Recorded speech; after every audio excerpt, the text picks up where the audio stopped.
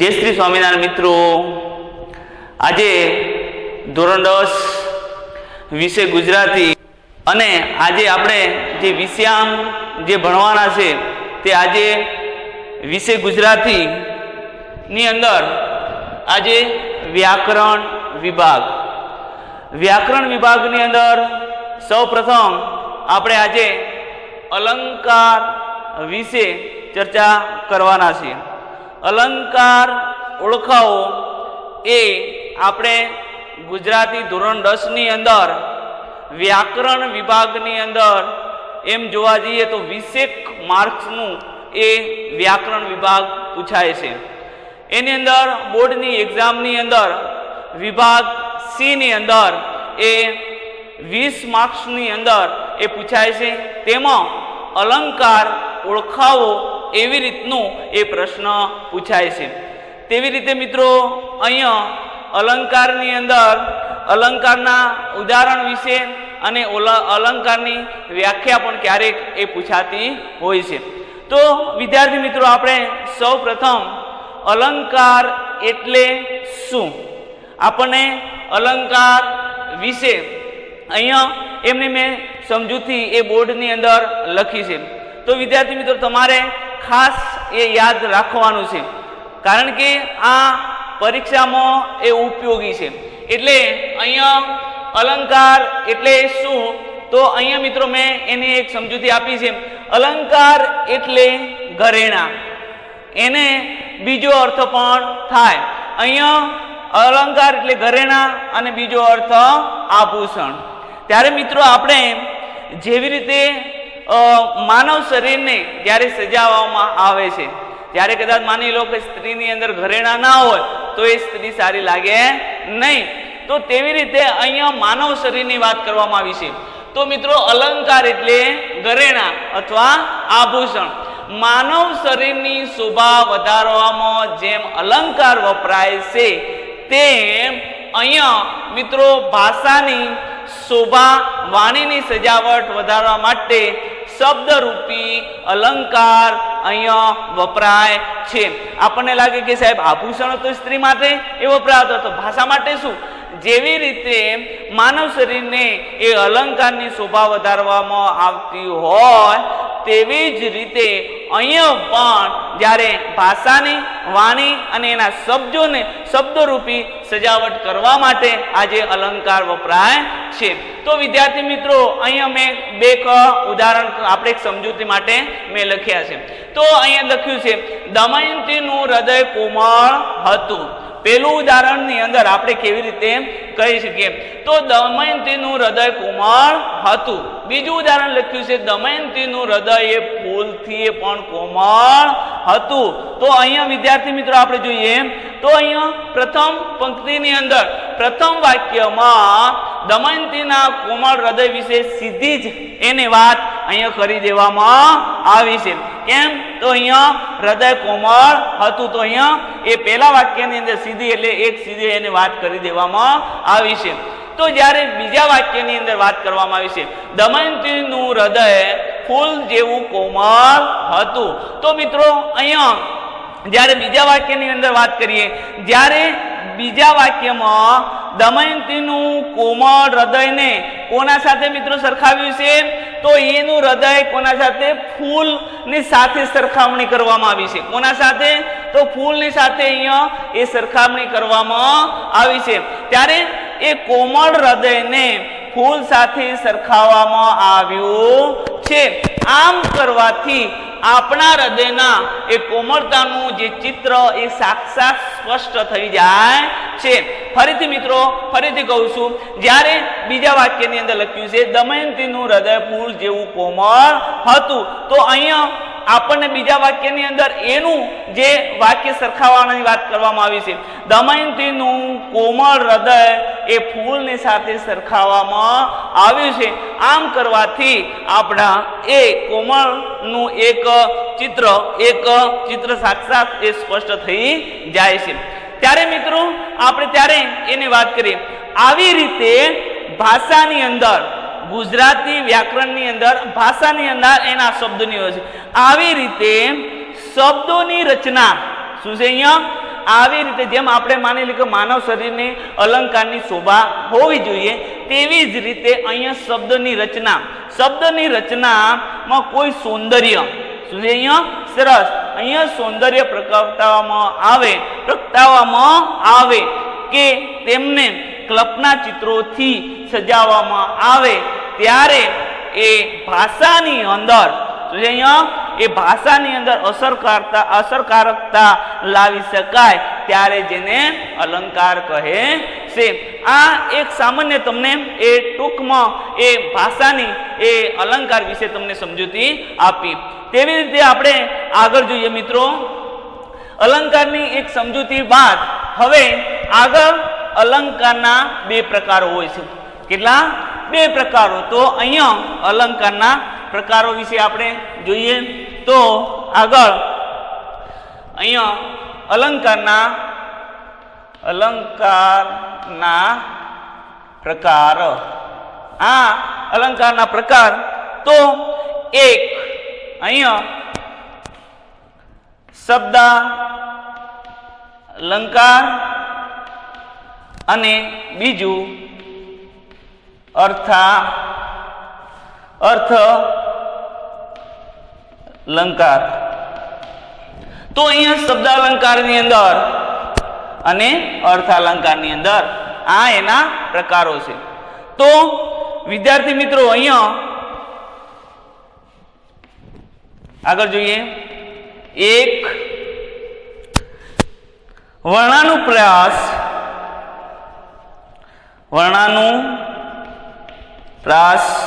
અથવા વર્ણ સગાઈ. બે શબ્દાનુપ્રાસ. આગળ જોઈએ. ત્રીજું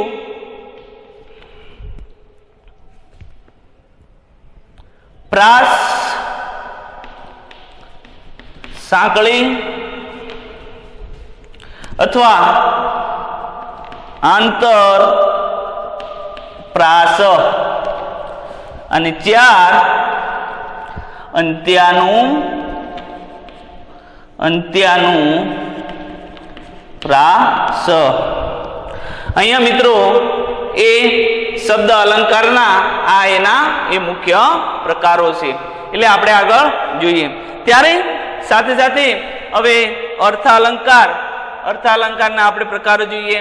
તો એક ઉપમા, બે રૂપક, ત્રણ ઉત્પ્રેક્ષા, ચાર શ્લેષ, પાંચ અનન્વય, છ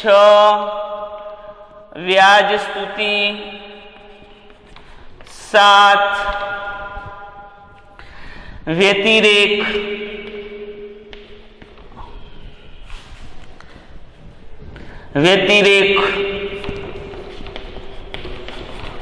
અને આઠ એ સજીવારોપણ. આ એના એ પ્રકારો આપણે જોયા. હવે શબ્દ અલંકારની આપણે સૌપ્રથમ ચર્ચા કરીશું. ત્યારે સૌપ્રથમ આના પ્રકારો વિશે એ તમારે ખાસ યાદ રાખવાનું છે. ચલો હવે આપણે સૌપ્રથમ શબ્દ અલંકાર ના પ્રકારો વિશે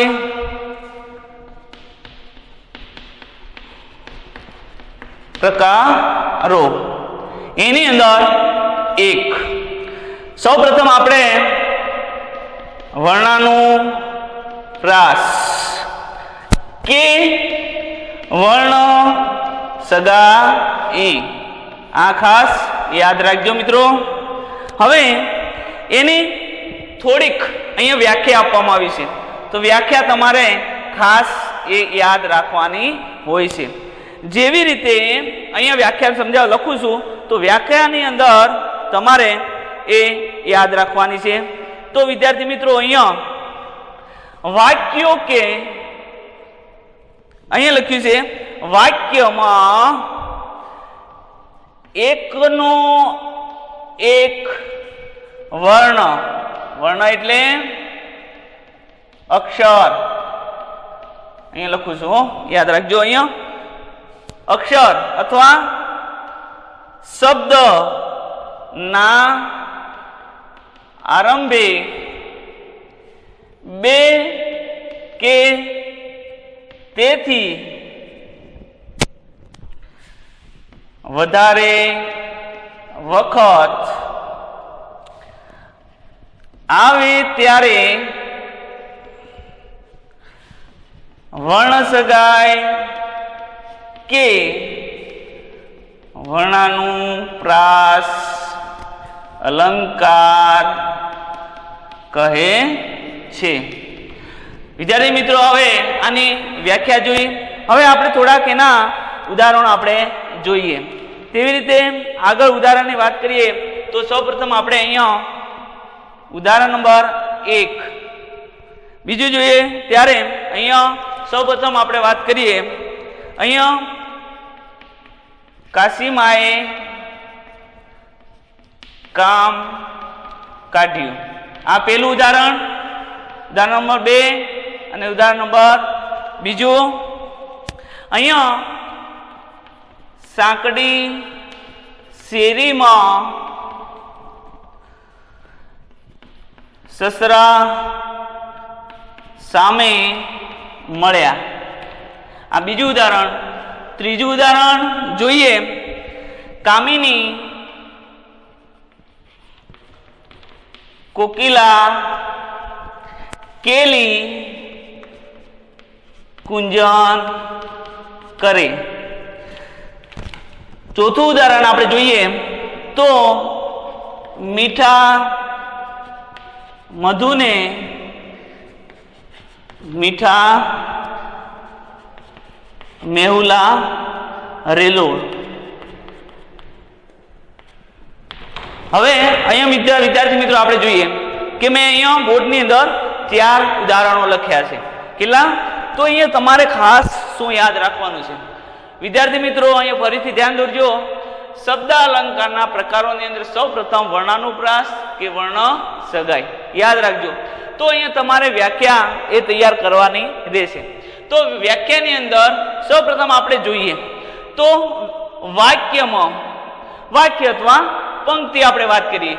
વાક્ય અથવા પંક્તિમાં, વાક્યમાં એકનો એક વર્ણ, અહીંયા ખાસ યાદ રાખજો, અહીંયા એકનો એક વર્ણ એટલે કે અક્ષર શબ્દના આરંભે, કેટલા છે?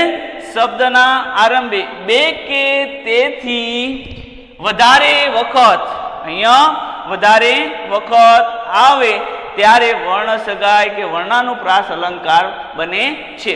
તો એ વિદ્યાર્થી મિત્રો આપણે સૌપ્રથમ ઉદાહરણ જોઈએ. અહીંયા શું કહેવા માંગે? કાશીમાએ કામ કાઢ્યું. તો અહીંયા શું કહેવા માંગે છે? વાક્યના એકનો એક વર્ણ શબ્દ, શબ્દની વાત કરીએ તો કાશીમાએ કામ અને કાઢ્યું. તો અહીંયા વિદ્યાર્થી મિત્રો આપણે શબ્દના આરંભે, શબ્દ એટલે સૌપ્રથમ આપણે શરૂઆતની આપણે વાત કરીએ તેમ કાશીમાએ કામ કાઢ્યું. તો અહીંયા કાશીમાની અંદર વાત કરી શબ્દ છે કામ કાઢ્યું, આપણે એ વાત કરીએ તો અહીંયા કાશીમા એટલે અહીંયા ક આવી ગયું. મિત્રો જુઓ અહીંયા ક, ફરીથી કામની અંદર કા અને અહીંયા કા. તો અહીંયા વિદ્યાર્થી મિત્રો અહીંયા એટલે એ પણ આપણે યાદ રાખવાનું છે. અહીંયા મિત્રો જો અહીંયા ક વર્ણ વારંવાર વપરાય છે. શું છે? અહીંયા ક વર્ણ વારંવાર વપરાય છે. તો અહીંયા ક એટલે એ અક્ષર વારંવાર અહીંયા વપરાઈ રહ્યો છે. એ પેલા ઉદાહરણની આપણે ચર્ચા કરી. હવે બીજા ઉદાહરણની આપણે વાત કરીએ. સાંકડી શેરીમાં સસરા સામે મળ્યા. તો અહીંયા મિત્રો ફરીથી તમે, હવે હું માનું ત્યાં સુધી એક તમને ઉદાહરણ જોઈએ, એના પરથી તમને ખ્યાલ આવી ગયો હશે. પણ અહીં જુઓ, સાંકડી એટલે સા, અહીંયા લખ્યું છે સસરા અને અહીંયા સામે. તો મિત્રો આના બીજા ઉદાહરણમાં પણ આપણે જોવા મળે છે. તો અહીંયા સવર્ણ એ વારંવાર શું છે? એ પણ વપરાય છે. હવે વિદ્યાર્થી મિત્રો આપણે આગળ ત્રીજા ઉદાહરણની અંદર વાત કરીએ તો અહીંયા ફરીથી આપણે ઉપર જોઈએ એમ કાશીમાએ કામ કાઢ્યું તેવી રીતે અહીંયા કામિની કોકિલા કેલી કુંજન કરે. તો અહીંયા ક અને ક અને ક. તો અહીંયા મિત્રો એ પણ તમને ક વર્ણ જોવા મળશે. એ વારંવાર પણ આપણે વપરાય છે. આ તમારે એકદમ સહેલો છે, આવડી જાય એવું છે. તો આગળ જોઈએ ચોથા ઉદાહરણની અંદર મિત્રો મીઠા મધુને મીઠા મેહુલા રેલોલ. તો અહીંયા તમને પણ આની અંદર શબ્દના આરંભે પણ મ અને મ. અહીંયા પણ મિત્રો તમને મ વર્ણ જોવા મળશે. આમ વપરાય છે. આવી રીતે તમારે વારંવાર આવા શબ્દો જ્યારે આપતા હોય ત્યારે તમારે સમજવું કે આ વર્ણ સગાઈ કે વર્ણાનુપ્રાસ અલંકાર કહે છે. ફરીથી જુઓ, હવે વાક્યમાં એકનો એક વર્ણ એટલે અક્ષર શબ્દના આરંભે બે કે તેથી વધારે વખત આવે ત્યારે એ વર્ણાનુપ્રાસ અલંકાર બને છે. આ તમારે એ માની લો શબ્દના અલંકારની અંદર પ્રથમ જે વર્ણાનુપ્રાસ છે એ પ્રથમ એ અલંકાર એ આપણે જોયું. હવે બીજું ઉદાહરણ આપણે બીજો જે એ છે એ અલંકાર વિશે આપણે ચર્ચા કરીએ. તો હાલો મિત્રો, આ તમને હું માનું છું ત્યાં સુધી આ પેલા એ વર્ણ સગાઈ કે વર્ણાનુપ્રાસના અલંકારની અંદર તમને માનું ત્યાં સુધી સમજણ પડી ગઈ હશે. તો મિત્રો હવે આગળ આપણે જોઈએ તો એ શબ્દના પ્રાસની અંદર બીજો એ અલંકાર છે એ શબ્દાનો પ્રાસ. ચલો હવે 2 નંબર યાદ રાખજો. અહીંયા લખો શબ્દાનું પ્રાસ. હવે મિત્રો આની થોડીક એક એની વ્યાખ્યા છે. તો વ્યાખ્યા આપણે અહીંયા બોર્ડમાં લખીશું. વ્યાખ્યા તો અહીંયા કહે છે પંક્તિ કે વાક્યમાં આપેલા શબ્દોનું ઉચ્ચાર, અહીંયા શબ્દોનું ઉચ્ચાર એક સરખા થતા હોય અને તેવા શબ્દો ને સૌંદર્યથી વાણી ચમત્કૃતિ સજાતી હોય તો તેને શબ્દાનું પ્રાસ અલંકાર બને છે. ચલો હવે મિત્રો આપણે આ એની વ્યાખ્યા થઈ ગઈ. હવે આપણે એ ઉદાહરણ જોઈએ. અહીંયા લખ્યું છે ઉદાહરણમાં સુલતાનને મોકલેલા બે સિપાહી ગુલતાન બની મુલતાન જતા હતા. હવે આની અંદર એક બીજું ઉદાહરણ આપણે લઈએ. ચલો હવે અહીંયા બીજું ઉદાહરણની અંદર કરે ગાન તાન અને પાન એ પત્ર હાથમાં રે લોલ. હવે ત્રીજું ઉદાહરણ આપણે જોઈએ. ત્રીજા ઉદાહરણની અંદર ફરે રમક જમક અને ઠમક સખી સંગમાં રેલો. સખી અહીંયા સંગમાં રેલોલ. હવે મિત્રો અહીંયા આપણે 3 ઉદાહરણ લખ્યા છે. હવે અહીંયા વાક્યની અંદર આપણે જે માની લ્યો કે આપણે જે વ્યાખ્યા લખી છે એ વ્યાખ્યાની અંદર આપણે જોઈએ તો વ્યાખ્યામાં શું કહેવા માંગે છે જોઈએ. પંક્તિ કે વાક્યમાં શું છે અહીંયા? પંક્તિ કે વાક્યમાં શબ્દોનો ઉચ્ચાર, પંક્તિ કે વાક્યમાં આવેલા શબ્દોનો ઉચ્ચાર એક સરખા, અહીંયા મિત્રો શું કહેવા માંગે છે? અહીંયા એક સરખા થતા હોય અને તેવા શબ્દોનું સૌંદર્યથી વાણીની સમજકૃતિ ભર્યા સજાતી હોય તેને શબ્દાનું પ્રાસ કહેવામાં આવે છે. અહીંયા મિત્રો પ્રાસ રચાઈ રહ્યો છે. ક્યાં? શબ્દના પ્રાસની અંદર પ્રાસે પ્રાસ અહીંયા એ રચાઈ રહ્યો છે. તો અહીંયા શું કહેવા માંગે છે? સુલતાનને મોકલેલા બે સિપાઈ એ ગુલતાન બની એ મુલતાન જતા હતા. તો અહીંયા વિદ્યાર્થી મિત્રો આપણે જોઈએ, અહીંયા પેલું લખ્યું છે સુલતાન, બીજું લખ્યું છે ગુલતાન અને ત્રીજું લખ્યું છે મુલતાન. આ મિત્રો જુઓ એક સરખા શબ્દો એને સુલતાન, ગુલતાન અને મુલતાન. આની અંદર આપણે જોઈએ તો પેલા ઉદાહરણની અંદર આવી રીતના પણ અહીંયા અહીંયા સમજાવવામાં આવ્યું છે. તો એ ગુલતાન, સુલતાન, મુલતાન અને મુલતાન, અહીંયા મિત્રો આ વાક્યની અંદર એક સરખો અહીંયા એ ઉચ્ચાર થાય છે અને એક સરખો એનો પ્રાસ અહીંયા રચાય છે. શબ્દોનો ઉચ્ચાર અહીંયા આપણે તમારે વ્યાખ્યાની અંદર ધ્યાન તમે દોરજો. વ્યાખ્યાની અંદર શબ્દોનું ઉચ્ચારણ એક સરખા થતા હોય ત્યારે એ શબ્દનું પ્રાસ કહેવામાં આવે છે. તો વિદ્યાર્થી મિત્રો આપણે બીજા એ ઉદાહરણની અંદર આપણે જોઈએ. કરે, ગાન, તાન અને પાન. જેમ આપણે ઉપરનું ઉદાહરણ જેમ જોયું તેમ આની અંદર પણ અહીંયા ગાન, તાન અને પાન. તો અહીંયા વિદ્યાર્થી મિત્રો આપણે ફરીથી જોશું, અહીંયા ગાન, તાન અને પાન, આવું પણ અહીંયા પણ એનો એક સરખો ઉચ્ચાર થઈ રહ્યો છે. તો એ પણ તમારે યાદ રાખજો.